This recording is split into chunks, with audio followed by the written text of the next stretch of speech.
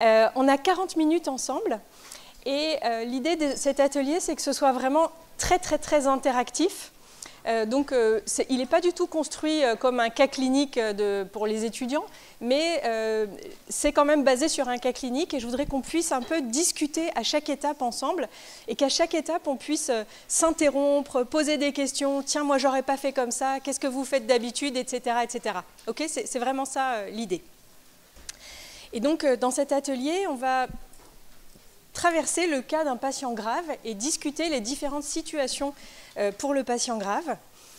Ça, ce sont mes liens d'intérêt.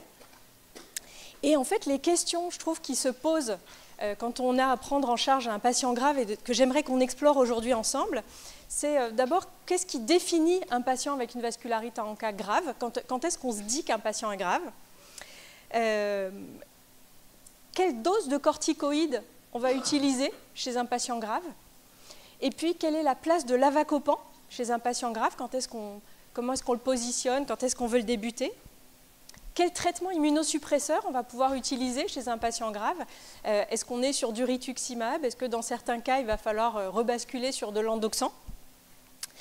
Quelle place pour les plasmaphérèses? Et éventuellement, selon quelle modalité, si on décide d'en faire? Et puis, accessoirement, moi je suis néphrologue, et donc à chaque fois se pose la question de est-ce que je dois faire une biopsie rénale? Qu'est-ce que va m'apporter cette biopsie rénale? Et quand est-ce qu'il faut que je la fasse? Donc, le cas clinique, je vois qu'il y a Pierre-André Jarreau qui est en train d'arriver là-bas, et c'est un patient qu'il connaît bien, puisqu'on le suit ensemble. C'est un patient qui a 54 ans et qui a fait une granulomatose avec polyangéite PR3 positive en 2017. Ça a commencé par une rhinite croûteuse destructrice avec un nodule pulmonaire excavé. Et cet homme, il a été traité initialement par corticoïdes et métaux. Et puis, sous corticoïdes et métaux, la maladie n'était pas suffisamment bien contrôlée. Il avait une évolution de certains de ses nodules pulmonaires, l'apparition d'une surdité. Et donc, il avait été switché pour du rituximab en induction et ensuite en entretien, avec une rémission et une négativation des PR3 et des CD19 à 0. Et puis, c'est un patient qui est très passionné par son travail, qui n'a pas du tout envie d'être malade et qui, dès qu'il va bien, est perdu de vue. Et donc, malheureusement, il est perdu de vue jusqu'à une rechute qui survient en 2022 où il a de nouveau une rhinite croûteuse. Et puis, vous voyez ce gros nodule pulmonaire excavé ici, qui nous inquiète un peu quand même, qui fait 8 cm. Une altération de l'état général, des arthromyalgies, un gros syndrome inflammatoire biologique, 177 de CRP. Une créate à 150 avec une hématurie micro et un ratio protéinurie sur créatininurie à 1 g par gramme et des anti-PR3 de nouveau très fortement positifs. Alors la première question que je voudrais vous poser, c'est est-ce que d'après vous, à ce stade, c'est un patient grave? Qu'est-ce que vous en pensez?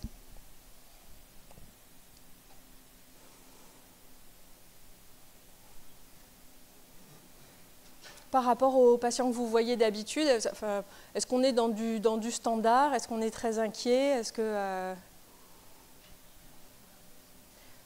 on est inquiet? Ouais. Qu'est-ce qui vous inquiète chez lui? Allez-y, hein, parce qu'il n'y a pas de bonne et de mauvaise réponse. Hein. Il y a du rein, ouais, on est d'accord, il y a du rein, ça nous embête. 150, c'est beaucoup de créate? C'est pas encore énorme, ça fait pas encore, on va le revoir, mais ça fait pas encore partie de nos critères de grande sévérité de l'atteinte rénale. Mais il y a du rein et ça, en soi, c'est déjà un problème. Oui, il y a la taille du nodule, la proximité des vaisseaux pulmonaires, etc. Ça nous inquiétait un petit peu aussi. Mais en fait, si on regarde en 5 factor score révisé, donc le 5 factor score 2009, publié en 2011, ce patient, finalement, si on veut le définir selon ce 5 factor score révisé, il est à 0, parce qu'il n'a pas plus de 65 ans, il n'a pas une créate strictement supérieure à 150, il n'a pas d'atteinte digestive, pas d'atteinte cardiaque, et en plus, il a une atteinte ORL. Donc, stricto sensu, si on était selon le 5 factor score, c'est un patient qui n'a pas de critères de gravité à ce stade, même si, moi je suis d'accord avec vous, on est quand même un peu inquiet par cette atteinte rénale. Quelle dose de corticoïdes on va lui proposer? Et d'après vous, est-ce que c'est un patient qui aurait pu, par exemple, être inclus dans Pexivas. Et est-ce que on peut appliquer les résultats de l'étude Pexivas? Alors, pour rappel, vous vous souvenez, Pexivas, c'était un essai randomisé contrôlé avec une double randomisation, échange plasmatique versus pas d'échange plasmatique, pleine dose de corticoïdes versus dose réduite de corticoïdes. Et les patients qui pouvaient être inclus dans Pexivas, eh ben, c'était des patients qui avaient une vascularité en cas anti-GPA ou MPA au diagnostic ou en rechute. Donc lui, il est en rechute, mais j'ai le droit de le considérer comme un patient potentiellement qui aurait pu être dans Pexivas, d'une GPA ou d'une PAM, donc lui, il a une GPA, avec des encas anti-PR3 ou des MPO positifs, il a bien des PR3 positifs, et avec une vascularite sévère. Et dans Pexivas, pour dire que la vascularité était sévère, on ne se tenait pas juste au 5-factor score ni au 5-factor score révisé, on disait qu'il fallait qu'il y ait une atteinte rénale et ou une hémorragie alvéolaire. Et cette atteinte rénale, c'était un DFG à moins de 50. Et ce patient a un DFG à moins de 50 avec son 150 de créate. Donc il est dans un critère où il aurait pu être inclus dans Pexivas. Et vous savez que dans l'étude Pexivas, on a vu qu'il n'y avait pas de bénéfice des échanges plasmatiques et on a vu qu'il n'y avait pas d'infériorité d'une dose réduite de cortisone en termes de survie sans insuffisance rénale terminale à 1 an. Donc pas de baisser la dose de cortisone, ça c'est pas moins bien. Et même, on avait une réduction de 30% du risque d'infection grave. Donc depuis Pexivas, on a maintenant switché notre façon de faire des corticoïdes vers une dose réduite de corticoïdes. Est-ce qu'à ce stade-là, ce patient avait besoin de bolus de corticoïdes? Ça peut se discuter, je ne sais pas si vous en auriez fait là, avec son 150 de créate et son nodule pulmonaire. Bon, là, il en a eu. Et puis, on pouvait l'inclure, pas l'inclure dans Pexivas, mais lui faire des corticoïdes selon une dose réduite. Et donc, dose réduite, ça veut dire que pour quelqu'un de 60 kg, je pars pendant une semaine à 1 mg/kg, mais dès la deuxième semaine, je baisse à un demi-mg/kg, donc 30, ça baisse très vite, puis 25 pendant 2 semaines, puis 20 pendant 2 semaines, puis 15, 12,5. Vous voyez qu'à 3 mois, je suis à 7,5, qu'à 6 mois, je suis à 5, et qu'à 12 mois, je suis à 5, et qu'ensuite, je peux éventuellement arrêter. Donc ce patient, il a reçu ça, il a reçu des bolus de corticoïdes, et puis on a débuté un Pexivas dose réduite. On aurait pu se poser la question aussi, est-ce que ce patient il est éventuellement éligible à un traitement par Avacopan? Alors j'ai mis la photo de Benjamin parce que je vais piquer cette diapo dans une de ses présentations à la filière FAI2R, où il rappelle que dans l'essai Advocate au cours des vascularites en cas, l'essai Advocate vise à utiliser un antirécepteur du C5A, de l'anaphylatoxine C5A, pour pouvoir réduire la corticothérapie au cours des vascularites en cas. Et il rappelle qu'au cours des derniers essais parus dans la littérature, les doses de corticoïdes ont progressivement été diminuées, y compris jusqu'à la dose Pexivas Reduced, qui est ici en bleu clair. Et puis, dans l'étude Advocate, il rappelle que les patients du groupe Avacopan n'ont pas eu non plus 0 corticoïdes au début, puisque le premier mois, ils avaient, vous voyez, 20, puis 10, puis moins de 5 mg de cortisone. Mais ils en recevaient beaucoup moins que les patients du groupe cortisone standard. Et Benjamin, dans cette intervention, et sur laquelle je suis assez d'accord avec lui, disait finalement, chez les patients chez lesquels les glucocorticoïdes ne sont pas contre-indiqués, l'utilisation de faibles doses de prednisone en association avec le cyclophosphamide ou le Ritux est possible, et on peut continuer à utiliser des corticoïdes sans forcément utiliser de l'Avacopan chez tous nos malades. Mais dans certains cas, comme chez les patients qui ont une maladie psychiatrique sévère, un diabète compliqué, on peut utiliser un régime totalement dépourvu de cortisone, ou en tout cas largement réduit en cortisone, en utilisant de l'Avacopan. Lui, ce patient-là, on n'a pas utilisé d'avacopan. Il avait bien toléré la corticothérapie lors de sa première poussée de 2017 et on a repris une corticothérapie sans envisager d'avacopan. Vous savez néanmoins que dans l'étude Advocate, on avait un sous-groupe de patients qui avaient un DFG initial très bas, inférieur à 20. Et dans ce sous-groupe de patients en particulier, le DFG s'est plus amélioré dans le bras avacopan que dans le bras corticoïde standard. Ce qui fait dire que peut-être dans la vraie vie, quand on se pose la question d'avacopan chez un patient, on peut se dire qu'on peut l'utiliser en deuxième ligne pour des patients qui ont des effets indésirables des corticoïdes, en première ligne chez des patients qui ont une contre-indication ou un haut risque d'effets indésirables des corticoïdes, et puis qu'une autre indication est à discuter, c'est un patient avec une atteinte rénale et une insuffisance rénale attribuable à la vascularite à ANCA.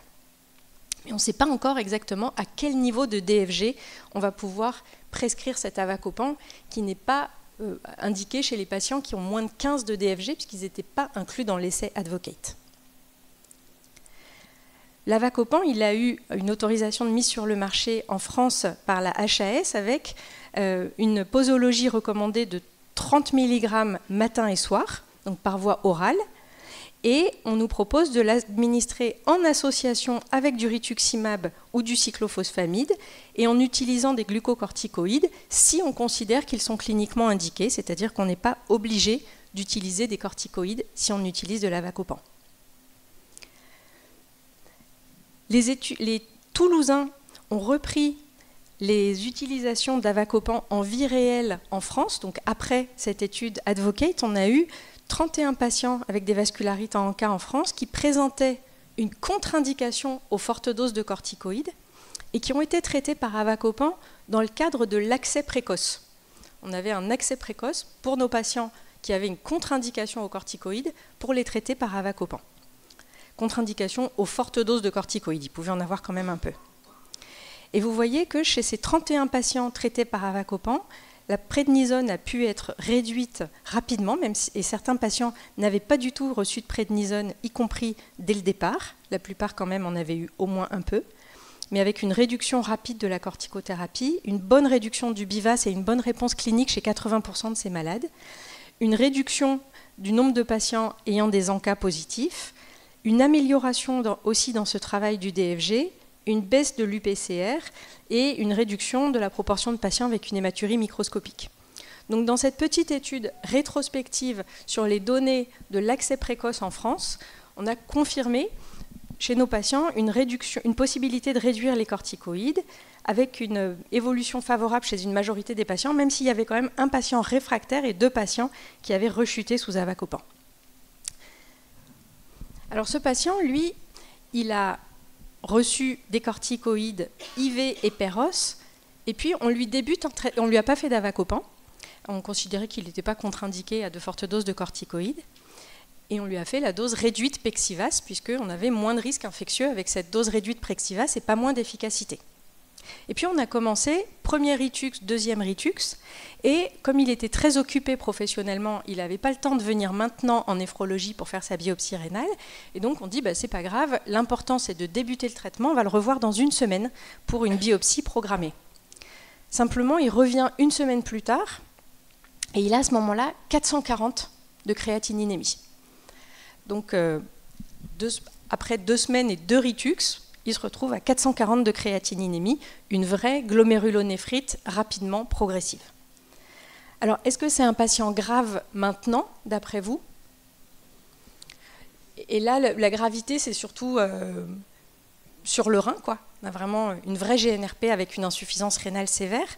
Si on regarde cette fois-ci le 5-factor score révisé, finalement, ça y est, il a plus de 150 de créate. OK. Est-ce que vous pensez que la biopsie rénale est importante et qu'est-ce qu'elle peut apporter? Est-ce que vous la faites, la biopsie rénale, chez ce patient? Il n'a pas de trouble de coag et il n'est pas très anémié.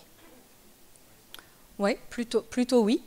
Est-ce que si jamais je ne peux pas la faire parce qu'elle est risquée, parce qu'il est sous anticoagulant, etc., j'attends avant de majorer le traitement? Non. Donc la biopsie rénale n'est pas indispensable avant de décider d'incrémenter la thérapie. Par contre, elle va m'être utile à visée pronostique. Donc s'il n'y a pas de risque particulier, je peux proposer la biopsie rénale là maintenant. Et à 440 de créate, est-ce que je reste dans les clous où le rituximab a démontré sa non-infériorité par rapport à l'endoxan? Est-ce que là, avec la sévérité de cette atteinte rénale, vous seriez resté sur faire le ritux numéro 3 et numéro 4 et c'est tout? Et bien, là, en fait, on arrive dans les limites de la démonstration de la non-infériorité du rituximab. Vous savez que dans l'étude RAVE, les patients qui avaient plus de 350 de créatininémie n'étaient pas inclus. Et donc, cette non-infériorité du rituximab, elle n'est pas démontrée dans ces cas-là. Et donc, chez ces patients... Comment? Ouais. Si, c'est ma question d'après, pardon. Mais déjà, donc voilà, on était parti sur du rituximab, et puis là se pose la question, est-ce que ça va suffire ou pas? Qu'est-ce qu'on a comme alternative?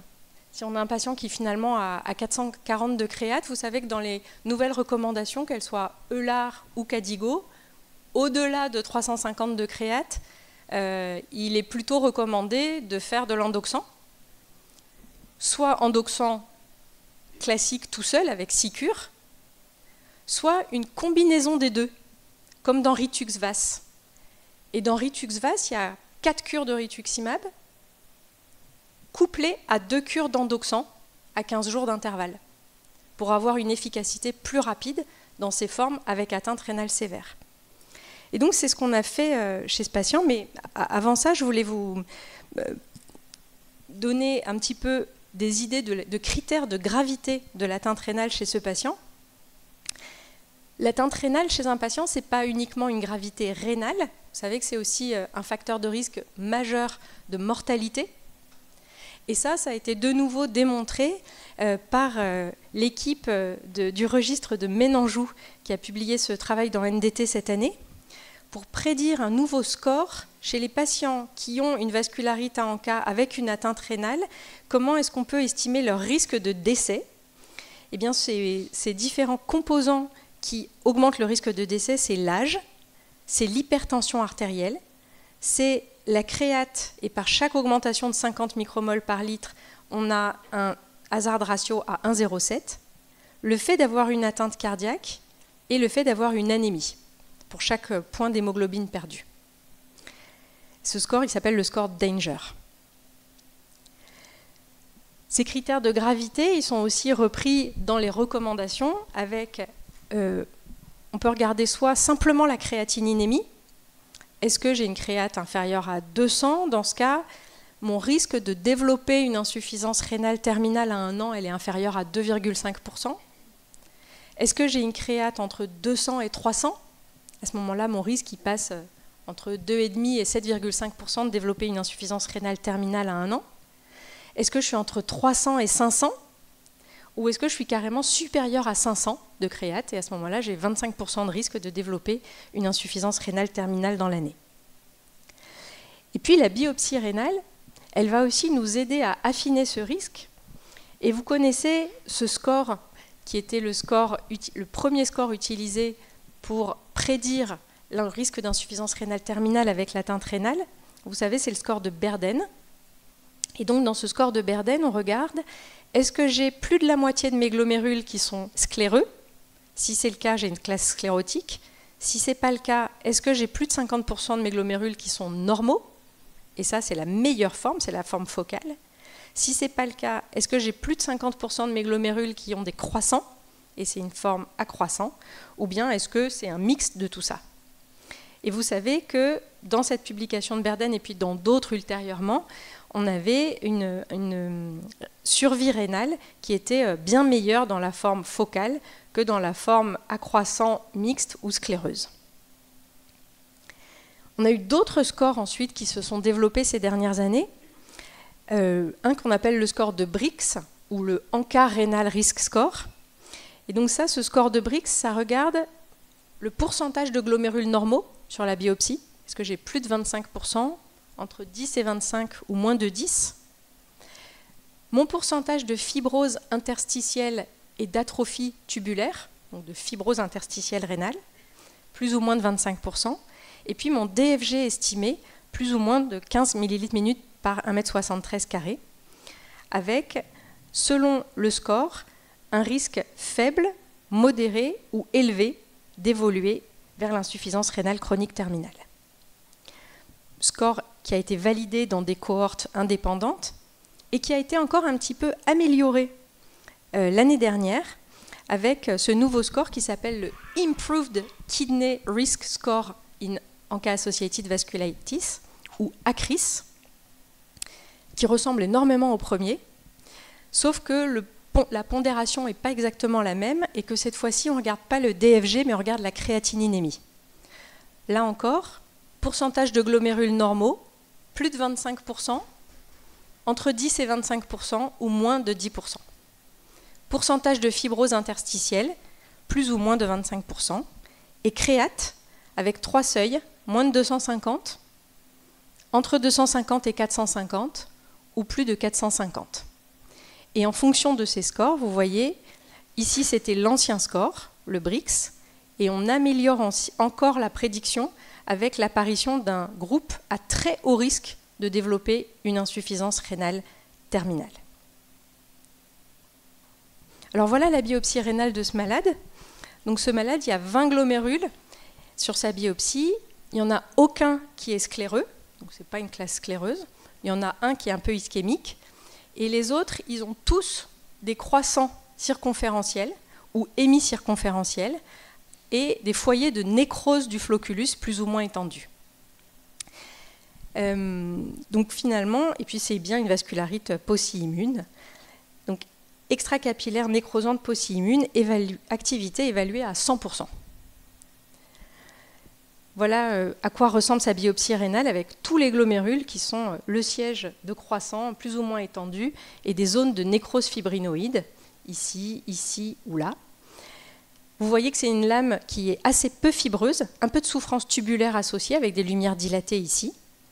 Il a moins de 25% de fibrose interstitielle, il a 440 de créate, donc il est entre 250 et 450. Si je considère la classification de Berden, il est accroissant. Si je considère le BRICS score, il est à haut risque. Et le Kidney Risk Score, il est à risque modéré, parce qu'il n'a pas plus de 450 de créate. Alors ce patient, nous on a décidé, parce qu'il évoluait très très vite et sa fonction rénale se dégradait très vite, et qu'on avait fait un Pexivas dose réduite de cortisone, on a choisi de refaire des bolus de corticoïdes. Je ne sais pas si c'est quelque chose que vous auriez fait aussi. Et puis, en plus des rituximab numéro 3 et 4, on a fait 2 cures de cyclophosphamide intraveineux à J1 et J15. On n'a pas fait 6 cures d'endoxan, on était déjà parti sur du rituximab, on a complété avec de l'endoxan. Alors, est-ce qu'il faut lui proposer des échanges plasmatiques? Qui d'entre vous lui aurait proposé des échanges plasmatiques? Bon, nous aussi. Alors, nous aussi, on a proposé des échanges plasmatiques, bien que ce soit après la publication de l'essai Pexivas, qui a bien montré qu'on n'avait pas de bénéfice des échanges plasmatiques, quel que soit le sous-groupe. Vous vous souvenez que c'était 704 patients randomisés, contrôlés, en ouvert, double randomisation, échange plasmatique versus pas d'échange, et dose standard versus dose réduite de corticoïdes, une créate médiane à 330, et un tiers des patients qui avaient plus de 500 de créate ou qui étaient en dialyse, mais même chez ces sous-groupes-là de patients, il n'y avait pas de bénéfice démontré des échanges plasmatiques. Bon, alors on a essayé aussi de réfléchir un petit peu, est-ce que quand même, chez ce patient qui a une forme très aiguë, avec sur la biopsie des lésions purement aiguës qu'on a documentées à la biopsie, on n'aurait pas quand même une chance d'avoir un bénéfice des échanges plasmatiques? Parce que comme vous le savez, dans l'essai Pexivas, on ne sait pas encore quelle était l'ancienneté des lésions, quelle était la part de fibrose, quel était le pourcentage de patients pour qui on est arrivé un peu peut-être trop tard avec des échanges plasmatiques. Et chez notre patient, là, c'est 100% d'activité hyper explosive et on le voit se dégrader sous nos yeux. Alors on a regardé aussi avec cette publication du GFEV avec ce score de propension sur est-ce que la biopsie rénale permet d'améliorer la prédiction de qui est ou non à même de bénéficier des échanges plasmatiques. Ce patient qui est un homme mais qui est PR3 positif, donc moins 10, qui a 440 de créate, qui a un score de Brix supérieur à 7 et qui a une forme à croissant. Il avait un score à 6. Alors si on se met sur cette courbe ici, on voit qu'il a à peu près 20% de réduction du risque d'insuffisance rénale terminale si on lui fait des échanges plasmatiques. Il est jeune, il n'a pas de facteur de fragilité particulier. On a pris la décision de faire des échanges plasmatiques. Alors vous savez que dans cette méta-analyse parue en 2022 et dans laquelle Pexivas a un énorme poids, il n'y a pas de bénéfice des échanges plasmatiques sur la mortalité à M12. Il y a peut-être, et surtout grâce à l'étude MEPEX, un petit bénéfice sur l'insuffisance rénale terminale à M12, mais qui n'était pas trouvé dans Pexivas, qui était l'étude de meilleure qualité et avec le plus grand nombre de patients. Et ceci se faisait au prix d'une augmentation du risque d'infection sévère à M12. Et du coup, quand on est dans un risque modéré à élevé, comme c'est le cas ici de notre patient, on va réduire un peu le risque d'insuffisance rénale terminale à M12. Alors dans cette méta-analyse, on réduit à peu près de 5% dans ce groupe-là si on traite par échange plasmatique, sans tenir compte de la biopsie rénale. Et puis, par contre, on prend un risque, une infection sévère pour chaque 14 patients traités par échange plasmatique. Donc vous savez que les recommandations EULAR disaient qu'on peut envisager les échanges plasmatiques dans le cadre du traitement d'induction des GPA et PAM si la créate est à plus de 300 liée à une glomérulonéphrite active. Et donc la biopsie rénale nous permet de voir qu'il s'agit bien de forme active. Évidemment, c'est recommandé aussi s'il y avait des anti-MBG, ce qui n'est pas le cas de ces patients. Et l'utilisation systématique pour les hémorragies alvéolaires n'est pas recommandée. Alors, quels paramètres chez ce patient peuvent influencer la décision des échanges plasmatiques? Et on en a bien discuté avec les internistes pour ce patient. Le terrain, l'âge, les comorbidités et la fragilité, comme le disait tout à l'heure Maxime. La vascularite en elle-même, les anticorps et en particulier MBG, l'atteinte rénale et la cinétique de la créate et la présence des lésions actives versus chroniques à la biopsie. Et l'hémorragie alvéolaire n'est pas recommandée en soi. Alors quelquefois, on les fait quand même en sauvetage quand le pronostic vital est engagé, mais je vais vous montrer juste après que les données ne sont pas en faveur des échanges plasmatiques dans les hémorragies alvéolaires. L'autre question à se poser, c'est la nécessité de voie d'abord. Et là, dans la nouvelle version du PNDS, on va bien redire que quand on réfléchit à des échanges plasmatiques chez un patient qui n'a pas besoin d'avoir un cathéter central de dialyse, il faut essayer à tout prix de faire ces échanges plasmatiques sur des voies veineuses périphériques, si le patient a des veines périphériques. Et nous, néphrologues, on n'a pas assez tendance à faire attention à ça, parce qu'on a le cathé facile, mais c'est ça aussi qui augmente beaucoup le risque infectieux. Donc si notre patient a besoin d'un cathé pour dialyser, ben ok, mais si on doit lui mettre un cathé pour les échanges plasmatiques, il faut essayer de se déshabituer de ces cathés d'échanges plasmatiques et de repasser en voie périphérique. Et puis bien sûr, le choix du patient. Alors ce patient, il reçoit donc des nouveaux bolus de corticoïdes intraveineux, il reçoit des échanges, il monte malgré ce à 880 de créate, on lui fait 7 échanges plasmatiques, il se dégrade encore, il devient oligurique, dialysé, puis sevré de dialyse, avec une insuffisance rénale chronique séquelaire à 400 micromoles, sur laquelle on lui dit bien sûr il faut qu'on vous suive de près, mais comme il va bien, il est perdu de vue. Il revient en septembre 2023 et cette fois-ci en réanimation. En réanimation sur une détresse respiratoire mixte, avec à la fois un OAP sur une IRA anurique dialysée, mais aussi une aspergillose pulmonaire. Et puis il va faire un arrêt cardio-circulatoire sur un SCA stenté. Et puis là, c'est la fin de son histoire rénale, il ne va plus récupérer et il est en dialyse depuis ce patient. Son dernier rituximab a été fait en octobre 2023 et puis il a fait ensuite une agranulocytose toxique qui a été attribuée au rituximab et une pneumonie à pyocyanique et on n'a pas décidé de refaire pour l'instant de rituximab d'entretien et ce patient est en dialyse chronique. Alors une autre webconférence de Benjamin qui parlait des motifs d'admission des patients sévères en réanimation. Et je vous rappelle que ces motifs d'admission des patients sévères, ça peut être lié à la vascularite, en particulier l'insuffisance rénale aiguë et donc des soins intensifs néphrologiques ou de l'AREA pour une dialyse en aigu, mais aussi de la détresse respiratoire aiguë. Et cette détresse respiratoire aiguë, c'est de l'hémorragie alvéolaire diffuse ou bien aussi quelquefois de l'IRA anurique avec un OAP et une nécessité de dialyse. Et puis il y a aussi les motifs d'admission en réanimation liés au traitement et aux comorbidités, les infections, en particulier pulmonaires ou autres. Dans cette étude qui regardait le pronostic et le devenir de 26 patients avec une vascularite nécrosante admis en réanimation, la majorité des patients étaient admis en réanimation pour une vascularite active, une glomérulonéphrite rapidement progressive, un asthme sévère, parce qu'il y avait aussi des GEPA, ou une hémorragie intra-alvéolaire. Les autres étaient admis pour infection ou autre cause. Et parmi les patients qui décédaient, la grande majorité des patients décédaient de sepsis. Et finalement, ce qui était le plus prédictif de décès, ce n'était pas tellement le degré de sévérité de la vascularite, c'était surtout les scores Apache et SIGAPS, Apache et SAPS, la fille totalement formatée. Donc il y avait à la fois, voilà, le BIVAS ne sortait pas de façon significative, même si ensuite la survie à long terme était influencée par le BIVAS. Par contre, les scores de réanimation étaient ce qui permettait de sortir vivant ou non de réanimation, comme un peu pour n'importe quel patient de réanimation. Et puis, là encore, une autre étude sur des patients avec une vascularite des petits vaisseaux admis dans une unité de soins intensifs pour une hémorragie alvéolaire, un sepsis ou un saignement gastro-intestinal.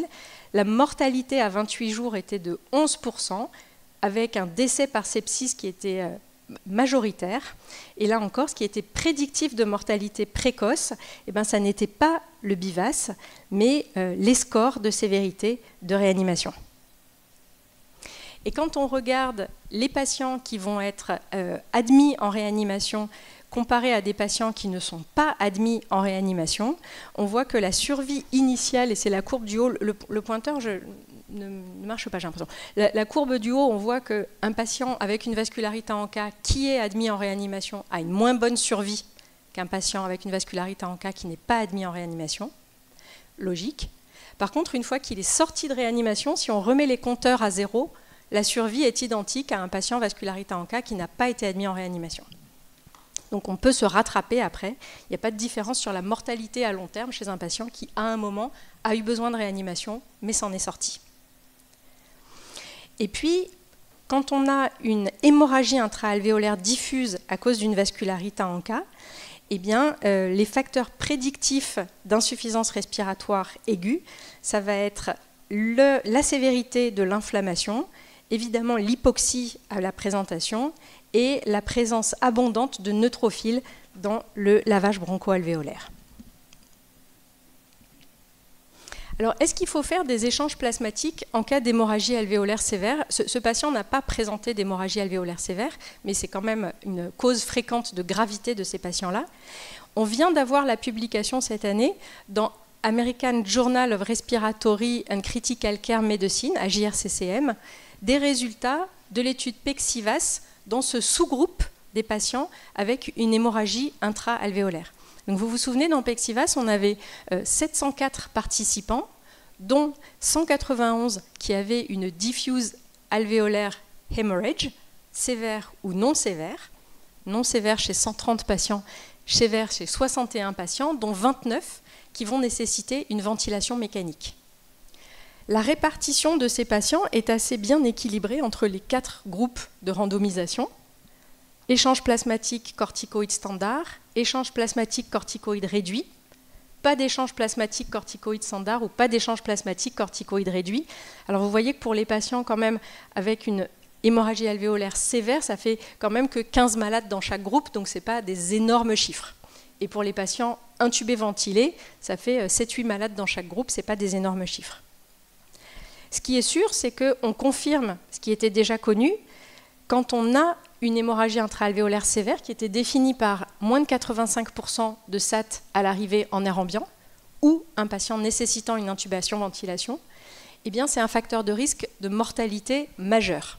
Et ça, vous le voyez dans la courbe en haut à droite. c'est la survie des patients avec pas d'hémorragie alvéolaire ou une hémorragie alvéolaire non sévère, c'est les deux courbes du haut qui se superposent, versus les patients qui ont une hémorragie alvéolaire sévère. La mortalité est beaucoup plus importante et c'est un facteur de risque énorme de mortalité, cette hémorragie alvéolaire sévère. Par contre, quand on regarde ensuite en sous-groupe que les patients n'aient pas d'hémorragie alvéolaire, aient une hémorragie alvéolaire, même s'il y a une petite tendance du côté d'un bénéfice des échanges plasmatiques, qu'il s'agisse d'une hémorragie alvéolaire non sévère ou d'une hémorragie alvéolaire sévère, il n'y a pas de bénéfice significatif. Alors il y a quand même une tendance, et c'est vrai qu'il n'y a pas un très grand nombre de patients, et donc encore peut se poser la question dans des formes très sévères de sauvetage, de pouvoir quand même discuter les échanges plasmatiques chez ces patients.